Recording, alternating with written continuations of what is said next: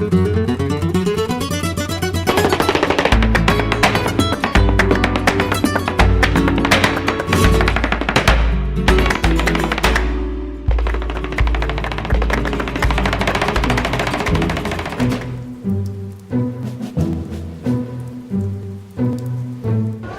días, 13ª etapa de la Vuelta a España 2014, con salida en Belorado y llegada en Santander, en Cabárceno concretamente.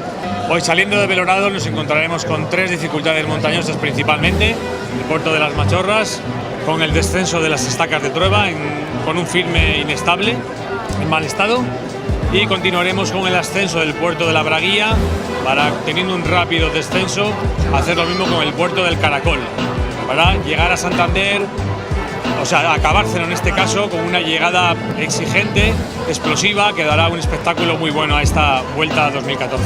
Nuestro trabajo en la Vuelta consiste en controlar, regular todas las cuestiones deportivas de la prueba y que todo se desarrolle de una manera precisamente deportiva y de acuerdo al reglamento ciclista.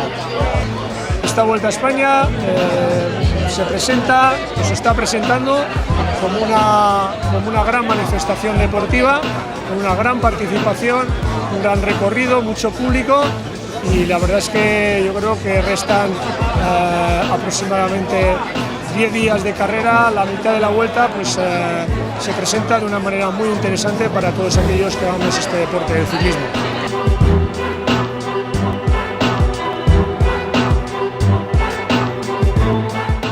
Oui, ben c'est une étape qui paraît propice à une échappée qui part de loin. C'est une étape qui s'annonce sinueuse, très très belle, dans des endroits naturels assez formidables, dont le parc naturel à l'arrivée.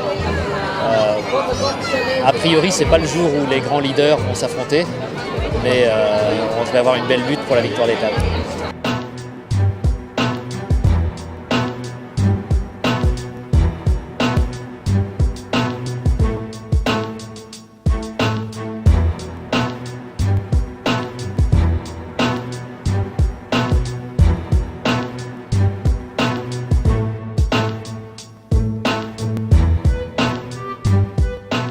Un día más que ha sido complicado, sobre todo por el ritmo que se ha llevado la fuga.